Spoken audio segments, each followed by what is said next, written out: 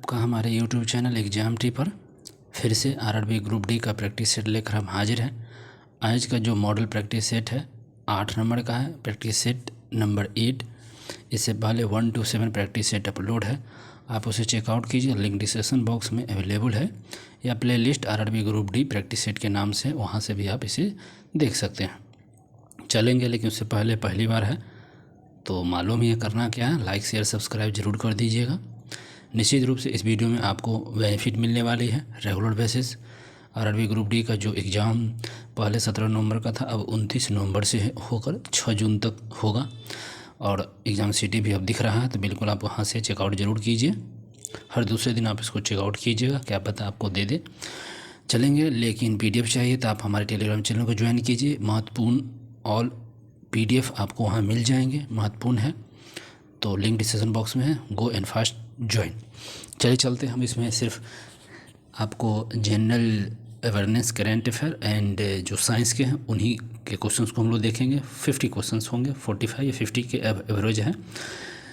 20 to 25 minutes का ये video है, महत्वपूर्ण है, अंत तक जुड़े रहना है, मिस नहीं कीजिएगा। चलते हैं पहले नंबर क्वेश्चन पर, general science practice set number 8 का। तो क्वेश्चन नंबर 1 है, आप यहाँ पर देख सकते हैं। क्वेश्चन नंबर 1 आपके समक्ष है, जनरल साइंस का। किसी कार को 10 सेकेंड में 30 मीटर प्रति सेकेंड का वेग देने के लिए आवश्यक बल ज्ञात करना है। बल पूछा है, फोर्स पूछ लिया गया, और उसका वजन है तो यहाँ m दिया हुआ है, फोर्स पूछा गया है, और आपको 10 सेकेंड में 30 सेकेंड मीटर प्रति वेग के रफ्तार, यहाँ समय दिया है, और प्रारंभिक वेग प्राप्त कर लेता है। प्रारंभिक वेग 0 होगा, अंतिम वेग कितना प्राप्त कर लेता है, ऐसा पूछ दिया गया है। आपको u यहाँ पर 0 होगा, और v 30 मीटर है, ये v हो गया, ये u तो 0 ही हो जाएगा, सेकेंड दिया हुआ है। तो आप इसे यहाँ क्या कर सकते हैं, F बराबर ma होता है, F बराबर ma, और a का फार्मूला होता है m into v minus you by T. v minus you by T इसको हम कर सकते हैं, फिर से ध्यान रखिएगा, v minus U T by कहिएगा। तो हमारे पास क्या है, v तो 30 है, 30 में से 0 जाएगा तो 30 ही, और 30 में 10 से भाग दीजिएगा तो कितना आ जाएगा भैया, 30 में 10 से भाग 3, तो हमारे पास 3 हो गई। पूरा a बराबर v minus you by T, ये समझ रहे कितना आ गया, 3 आ गया, और आपके पास m कितना है 1500, यही 1500 समझ में आ गया। तो 15 गुने 3 4500, और 4500 n आपके ए ऑप्शन में करेक्ट मिल गया, समझ गए। चलिए दूसरा क्वेश्चन है, जब ध्वनि तरंग एक माध्यम से दूसरे माध्यम में प्रवेश करता है तो वह राशि नियत रहती है क्या। जब ध्वनि जो है एक माध्यम से दूसरे माध्यम में प्रवेश किया है तो कौन सी राशि है जो नियत रहती है। तो आवृत्ति जो होती है वो हमेशा नियत रहती है, आई मीन v बराबर होता है 1/t, तो यहाँ आप कह सकते हैं t इजकल टू 1/v, तो आवृत्ति एकदम नियत रहेगी, C is the correct. Next question है 3 नंबर, गैस को सुगमता से द्रवीभूत किया जा सकता है। जो गैस है उसको सुगमता से द्रवीभूत किया जा सकता है, तो क्या, तो बिल्कुल उसको हम उसके प्रेशर को बढ़ाकर, दाब को जब बढ़ाइएगा तो उसको द्रवीभूत किया जा सकता है। दाब को बढ़ाकर तापमान कम करके गैस को आप लिक्विड बना सकते हैं। तापमान कम कीजिए और प्रेशर को बढ़ा दीजिए, तो उससे आप उसको द्रव में बदल सकते। जैसे LPG गैस है, उसमें देख ही रहे, प्रेशर बढ़ होकर टेम्परेचर कम रहता है। चलिए अगला क्वेश्चन 4 नंबर है, सोडियम इथा ऑक्साइड का रासायनिक सूत्र क्या है। तो सोडियम ऑक्साइड कह सकते हैं, उसका रासायनिक सूत्र क्या है। तो उसका सोडियम एथाऑक्साइड का रासायनिक सूत्र C2H5ONa, तो मिला लीजिए C2H5ONa, B is the correct answer, यहाँ आपको मिल जाएगा। नेक्स्ट क्वेश्चन है अगला, ब्यूटेन की संरचना क्या है। 5 नंबर क्वेश्चन को देखिए, बहुत इंपॉर्टेंट है। 5 नंबर क्या है, ब्यूटेन की संरचना क्या है। ब्यूटेन हो गया, ब्यूटेन की संरचना क्या है। तो आपको मालूम है ब्यूटेन है 4 कार्बन अणु यहाँ पर होंगे, निश्चित रूप से 4 कार्बन परमाणु अणु होगा। देख लीजिए पहले ऑप्शन में ही 4 परमाणु कार्बन अणु है, तो C4H10 आपको मिल रहा है कहीं पे, इसका सूत्र है ब्यूटेन का C4H10, पहले ऑप्शन हमारे पास करेक्ट है। बाकी देख लीजिए कहीं पे कुछ नहीं मिल रहा है, इनमें से कोई नहीं। अगला क्वेश्चन 6 नंबर, पौधे के पनहरित में कौन सी द्विसंयोजक धातु उपस्थित होता है। पौधे की जो पनहरित उसमें द्विसंयोजक धातु कौन होता है, तो मैग्नीशियम, ठीक है, मैग्नीशियम होता है Mg। तो इसमें कौन सी होगी, क्लोरोफिल की संरचना में मैग्नीशियम आयन अंतर्विष्ट होता है जी, और क्लोरीन के रूप में इसको जाना भी जाता है, ठीक है। क्लोरीन वलय का एक विषम चक्रीय उसमें होता है, जिसकी उत्पत्ति पाइराल के रूप में होती है। नाइट्रोजन के 4 परमाणु क्लोरीन को घेरे हुए रहता है, और ये मैग्नीशियम आयन को मैग्नीशियम जो आयन है उसको बांधते रहता है। तो इसका आंसर हो जाएगा, यहाँ देख लीजिए तो लीजिए 4 नंबर मैग्नीशियम आयन। ठीक है, अगला क्वेश्चन 7 है, किसी तत्व x के एकल परमाणु की मात्रा 6.65 2.65 × 10⁻³ ग्राम है, तो वह कौन सा तत्व होगा? एक एकल परमाणु को पूछा अगर उसमें कौन सा तत्व होगा, तो ये बिल्कुल आपको मालूम ही है कौन सा इसमें तत्व आ जाएगा भैया, तो ये ऑक्सीजन तत्व हो जाएगा। ठीक है, 2.65 × 10⁻23 ग्राम है एक्स अणु, तो ये ऑक्सीजन तत्व होंगे। कौन से तत्व होंगे? ऑक्सीजन तत्व। अगला क्वेश्चन 8 नंबर, किसी साधारण कांच की नली और एक कांच कोशिका नली दोनों को पानी के बीकर में डाला जाता है, तो पानी निम्नलिखित में से किस में उठेगा? देखिए कांच की नली है, उसमें एक कांच की कोशिका नली, दोनों में अलग अलग पानी डाला जाता है, तो उसमें उठेगा किसका? पूछ दिया उसमें किसका, तो इसमें देखिए केवल कांच की कोशिका वाले का उठेगा। ठीक है, सी द करेक्ट होगा। यदि किसी साधारण कांच की नली और एक कांच केशिका नली दोनों को पानी में बीकर में डाला जाता है, तो पानी केवल कांच केशिका में ही उठेगा, ध्यान रखिएगा, उसमें ही पहले जल्दी पानी उठ जाएगा। नेक्स्ट क्वेश्चन है अगला 9 नंबर, धातु के एक टुकड़े का अपेक्षित घनत्व पूछा। धातु के अपेक्षित घनत्व आपको 7.8 है। ऐसा है मात्रा में इसका घनत्व, जल का घनत्व जानवे करते 1000 kg पर घन मीटर होता है, और ऐसा ही मात्रा पूछा अपेक्षित घनत्व का, ऐसा ही मात्रा पूछ दिया, इसके सापेक्ष में आपको बना। तो धातु का अपेक्षित घनत्व क्या? धातु का घनत्व बटा जल का घनत्व, तो धातु का घनत्व है 7.8 बटा जल का घनत्व आपको 1000 है, तो इसी को कर लीजिए, और यहाँ 2 शून्य 1000 लग बस है जी 0.0078, तो आपको कहाँ पे मिल जाएगा? 0.0078। तो धातु का घनत्व और किसके कहेंगे? जल का घनत्व ना, तो अपेक्षित घनत्व गुना हो जाएगा ना 7800, सॉरी फॉर के का अपेक्षित यहाँ 7.8 होगा और 1000 से गुना होकर 7800 हो जाएगा। चलिए बी द करेक्ट होगा, हम सॉरी गलत हो गया, क्योंकि धातु का अपेक्षित घनत्व बराबर होता है धातु घनत्व बटा जल का घनत्व, और धातु घनत्व 7.8 दिया हुआ था, 7.8 था, और आपको पूछा ही था किसी का पूछा है भैया, तो धातु का घनत्व पूछा है, तो इसका एक्स है, यहाँ 1000 होगा तो गुना हो जाएगा ना। चलिए अगला 10 नंबर, सबसे छोटा प्रोकैरियोटिक जीव कौन है? सबसे छोटा प्रोकैरियोटिक जीव कौन सा? सबसे छोटा प्रोकैरियोटिक जीव की बात होगा तो माइकोप्लाज्मा है। माइकोप्लाज्मा सबसे छोटा प्रोकैरियोटिक जीव होंगे। दूसरा है वर्मिंग कंपोस्ट किसकी की जाती है? वर्मिंग कंपोस्टिंग किससे की जाती है? वर्मिंग कंपोस्ट जो की जाती है कृमि से की जाती है, वर्मिंग कंपोस्ट कृमि से की जाती है। नेक्स्ट क्वेश्चन, लाल रंग को आयात और खतरा सिग्नल के रूप में प्रयोग किया जाता है, क्योंकि जब लाल रंग को खतरे के रूप में, डेंजर के रूप में हम प्रयोग क्यों करते हैं भैया? तो उसका हम प्रयोग इसीलिए करते हैं कि उसका तरंगदैर्घ्य क्या होता है? लंबा होता है। तरंगदैर्घ्य लंबा होने के कारण लाल रंग का प्रदर्शन सबसे अधिक होता है, और यह वायु के कणों के द्वारा लाल प्रकाश का परिकीर्णन सबसे कम होता है, और कोहरे आदि वर्षा आदि के क्षेत्रों में भी लाल प्रकाश दूर से मुझे दिखाई दे देता है, कारण यही है। नेक्स्ट क्वेश्चन 13, निम्न में से कौन सा परमाणु बोर मॉडल का शुद्धता प्रतिबंधित नहीं करता है? परमाणु बोर मॉडल के शुद्धता प्रतिबंधित इनमें से कौन नहीं करेगा? ऑप्शन देख लीजिए, आपके पास ऑप्शन है। पहला आप देख लीजिए, परमाणु बोर मॉडल करता है, तो यहाँ नाभिक के देख लीजिए, नाभिक के केंद्र 4 हैं, ये भी 2 हैं और यहाँ के भी 2 हैं, तो नाभिक के केंद्र के हिसाब से जो देख रहा है 3 नंबर जो ऑप्शन है हमारा करेक्ट होगा। अब बताइए क्यों? देखिए संरचना 2 पहली कक्षा में 4 इलेक्ट्रॉन है। संरचना 2 में क्या है? पहली कक्षा में 4 इलेक्ट्रॉन है, देख रहे हैं। संरचना 4 उसके दूसरी कक्षा में क्या है? 9 इलेक्ट्रॉन्स, 9 इलेक्ट्रॉन्स। ये बोर मॉडल के अनुरूप नहीं है, बिल्कुल ये अनुरूप नहीं है। और तीसरा में जो है बिल्कुल इसमें है। चलिए, तो तीसरे में अगर है, ये दोनों तो नहीं है, लेकिन ये भी और ये भी है, तो 3 और 4 इसके हिसाब से 3 और 4 नहीं है, 3 और 4 ही नहीं है, सॉरी 3 4 नहीं है, 1 2 है। चलिए उल्टा हम पकड़ लिए थे आगे। निम्नलिखित में से विद्युत इंसुलेशन को तैयार करने में किस एल्युमिनियम सिलिकेट खनिज का व्यापक रूप से प्रयोग किया जाता है? विद्युत इंसुलेशन को तैयार करने में किस एल्युमिनियम सिलिकेट खनिज का हम व्यापक रूप से प्रयोग करते हैं? अबरक का उसमें हम ज़्यादा प्रयोग करते हैं। देखिए विद्युत इंसुलेशन को तैयार करने में अबरक एल्युमिनियम सिलिकेट खनिज का प्रयोग व्यापक रूप से ही किया जाता है। नेक्स्ट क्वेश्चन, इनमें से ऊर्जा का वह वाहक स्रोत कौन सा है जिसका नवीनीकरण किया जा सकता है? ऊर्जा का वह वाहक स्रोत जिसका नवीनीकरण किया जा सकता है, तो क्या क्यों किया गया था? क्या किया जा सकता है? तो ये भूतापीय किया जा सकता है, भूतापीय विद्युत किया जा सकता है। ध्यान रखने का, भूतापीय विद्युत किया जा सकता है, ध्यान रखिएगा इस चीज़ को बहुत गौर से। अगला देख लीजिए 16। निम्नलिखित में से वह अम्ल कौन सा है जो आमाशय भित्ति में ग्रंथियों के द्वारा स्रावित होता है? आमाशय भित्तियों में ग्रंथियों के द्वारा अवशोषित हाइड्रोक्लोरिक अम्ल है HCl जो है, यही आपका आंसर हो जाएगा। हाइड्रोक्लोरिक अम्ल है जो आमाशय में ग्रंथियों के द्वारा की जाती है। प्रवाल क्या है? कोरल, जिसको क्या है कोरल पूछा जाता है। प्रवाल 17 नंबर। प्रवाल क्या है? एक प्रकार का, तो एक प्रकार का समुद्री जीव है, एक प्रकार का बिल्कुल सजीव के रूप में होता है। प्रवाल एक प्रकार का क्या है?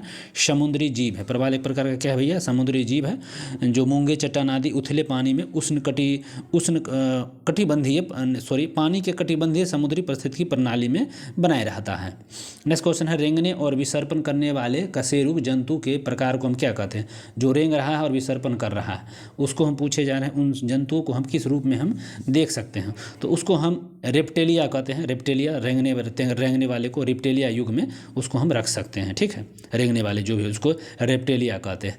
नेक्स्ट क्वेश्चन है, मात्रा m के एक पिंड को लिए निम्न में से कौन सा आरेख निरूपित करेंगे? ऊर्जा E और ऊंचाई h के साथ विचरण को दर्शाएंगे। तो इसको जाने E और m, तो ऊर्जा का होता है ना E बराबर mgh, E बराबर mgh, ऊंचाई भी h है, m हो जाएगा द्रव्यमान है, g हो जाएगा गुरुत्व स्थिरांक के अनुरूप।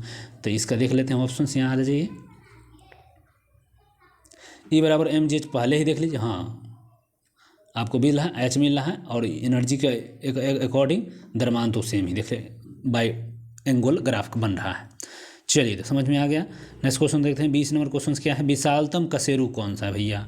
विशालतम कशेरुक की बात होगा तो इनमें से कौन है? तो विशालतम मोलस्का हो जाएगा। मृदु कछवी जो है विशाल, इसमें से विशालतम अकशेरुक पूछेगा तो मृदु कछवी है। ठीक है, और मोलस्का 80,000 से अधिक प्रजाति इसमें पाई जाती है। मोलस्का में इसी में 80,000 से अधिक प्रजाति इसमें आपको भैया पाया जाता है। कुछ उदाहरण ले लीजिए, छोटी स्नेल से लेकर विशालतम स्क्विड। चलिए अगला क्वेश्चन 21। कीट एक प्राणी है जिसमें होता है, कीट क्या है भैया? एक प्राणी है। कीट क्या है? एक प्राणी है। इसमें क्या होता है? तो कीट 3 जोड़ी वाले टांग, तो नहीं कहते 6 पाद 4 पंख, 6 गो पैर होता है, और इसमें 6 पाद 4 पंख, और 4 पंख होते, 6 पाद 4 पंख। तो ये 3 जोड़ी टांगे होते हैं, तो 6 गो पैर होंगे, 3 जोड़ी। अगला क्वेश्चन देख लीजिए 22। कान का पर्दा किस जीव में नहीं होता है? कान का जो पर्दा होगा यह बिल्कुल सांप में नहीं होता है भैया। इस समय टिटुआ में, कछुआ में, भेड़ में होता है। लेकिन कान का जो मुख्य रूप से पर्दा होते हैं, कान के मुख्य रूप से 3 भाग होते हैं, जानवे करते बाहरी, मध्य और भीतरी होते हैं। कान का पीना श्रवण वाहिका से बना होता है। कान के मध्य कान वायु होता है, और 3 छोटी हड्डियाँ होती हैं। कान का पर्दा मध्य कान की झिल्ली है, और सांप में कान का पर्दा नहीं पाया जाता है, ध्यान रखिएगा। Next question 23। निम्नलिखित में से कौन सूक्ष्म जीवी दूध से दही का निर्माण करता है? लैक्टोबैसिलस होता है। लैक्टोबैसिलस एक जीवाणु है जो दूध से दही बनाने की क्रिया जीवाणु के माध्यम से होता है। ठीक है, तो इतना आपको मालूम ही होगा। दूध में बैक्टीरिया, लैक्टोमीटर से दूध की शुद्धता को मापते हैं।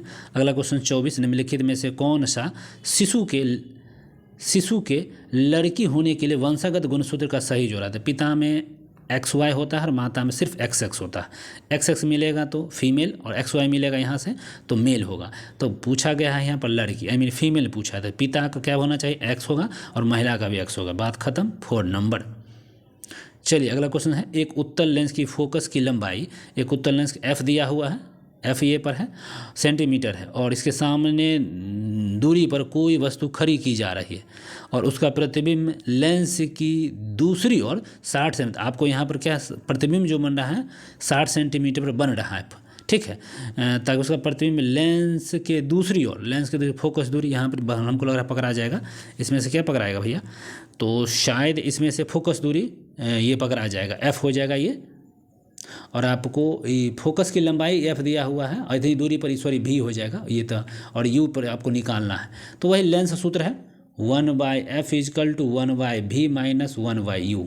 तो इससे आपको निकल जाएगा, और जब कैलकुलेट करिएगा तो आपको 60 सेंटीमीटर आएगा।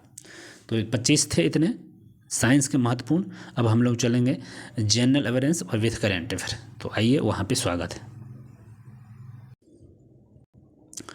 तो चलिए जनरल अवेयरनेस और करेंट अफेयर। पहला क्वेश्चन है, इनमें से किस प्रसिद्ध राष्ट्रकूट शासक ने एलोरा में शैलकृत कैलाश मंदिर का निर्माण कराया? तो एलोरा में जो शैलकृत कैलाश मंदिर का निर्माण का राष्ट्रकूटों ने कराया था भैया। कौन कराया था? सबको मालूम ही है। किसने कराया भैया? बताइए। तो एलोरा में जो कैलाश नाथ मंदिर है उसका निर्माण आपको किसने कराया था? तो राष्ट्रकूट ने कहा था। राष्ट्रकूट वंश के शासक कौन था? ऑप्शंस को देखिए भोज नहीं है, तृतीय गोविंद तृतीय नहीं, राष्ट्रकूट राजा कृष्ण प्रथम है। मिल गया, राष्ट्रकूटों के राजा थे जो कैलाश मंदिर का निर्माण कराया था, सबको मालूम है। कृष्ण प्रथम ने कराया था। 756 से लेकर 773 के काल के बीच में इसका निर्माण कराया गया था। यह एक हिंदू मंदिर भगवान शिव का है, शिव की मंदिर है यह, ध्यान रखेंगे इस चीज़ों को। चलिए अगला क्वेश्चन करेंगे। वाणिज्य बैंक अपनी जमा राशि भारतीय रिजर्व बैंक आरबीआई के पास रखते हैं और इन जमा राशियों को डैश कहते हैं।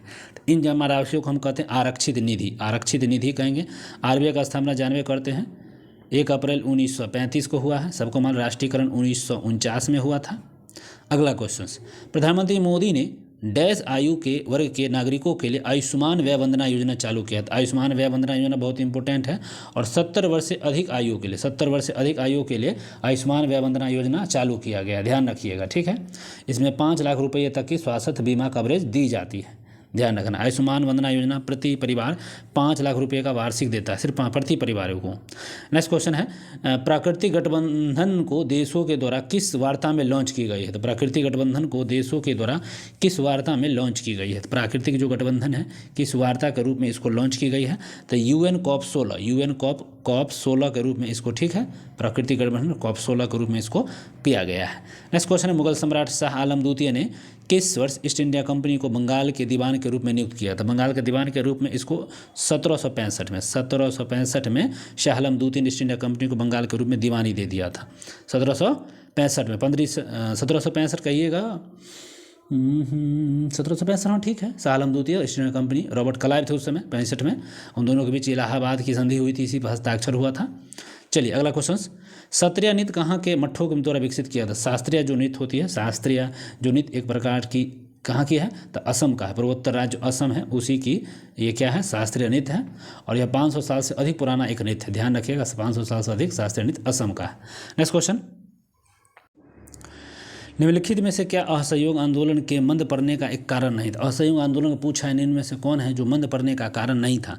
पहला देखिए, वैकल्पिक भारतीय संस्था के अभाव में ब्रिटिश संस्थाओं के बहिष्कार की एक समस्या खड़ी कर दी। नहीं, ये ऐसा नहीं था, ये कारण तो नहीं था भैया, ठीक है। आंदोलन के नेताओं ने अपना ध्यान घरेलू कामों की ओर मोड़ दिया, जिससे आंदोलन मंद पड़े। हाँ, ये बिल्कुल सही है, उन्होंने क्या किया था? धीरे धीरे धीमा हो गया, ठीक है, और इस कारण से यह काम बंद पड़ गया था, ठीक है। तो आपको यहाँ मिल जाएगा 2 ऑप्शन। नेक्स्ट क्वेश्चन है 88, अक्टूबर में भारत सेवा सूचकांक डैश तक पहुँच गया था? अक्टूबर में भारत सेवा सूचकांक जो था कब कितने तक पहुँच गया है? तो बढ़कर ये पहुंच गया था कितने तक, सो बता दीजिए। तो ये 58.5 तक पहुंच गया था, सूचकांक सेवा 58.5 तक यह पहुंच गया। सतलुज और काली नदियों के बीच स्थित हिमालय किस हिस्से का भाग है? सतलुज और काली नदियों के बीच का जो हिमालय का भाग पूछा गया है, तो किस का भाग है? तो ऑप्शन आपके सामने में है, हिमालय, कुमायूं पंजाब और कश्मीर। तो सतलुज और काली, सबको मालूम है सतलुज और काली कौन से है? तो काली कुमायूं पंजाब, काली कुमायूं, शायद तो कुमायूं 89 का 2, ठीक है, कुमायूं हिमालय बिल्कुल करेक्ट है, कुमायूं हिमालय 4 होता है इसमें। नेक्स्ट क्वेश्चन है, किस बैंक को हाल ही में भारत का सर्वश्रेष्ठ बैंक घोषित किया? बिल्कुल सर्वश्रेष्ठ बैंक भारत का जो है state bank of India, SBI जो है, इस सबसे सर्वश्रेष्ठ बैंक के रूप में इसको दर्जा दिया गया है। CS शेट्टी इसके क्या हैं? जानवे करते हैं, चेयरमैन है CS शेट्टी। 31वें वार्षिक बैठक बैंक पुरस्कार में ग्लोबल फाइनेंस ने 2024 को SBI बैंक का सर्वश्रेष्ठ बैंक के रूप में पुरस्कार दिया है। नेक्स्ट क्वेश्चन, भारत की आधी जनसंख्या केवल 5 राज्यों में रहती है और निम्नलिखित में से उन राज्यों में से कौन एक है?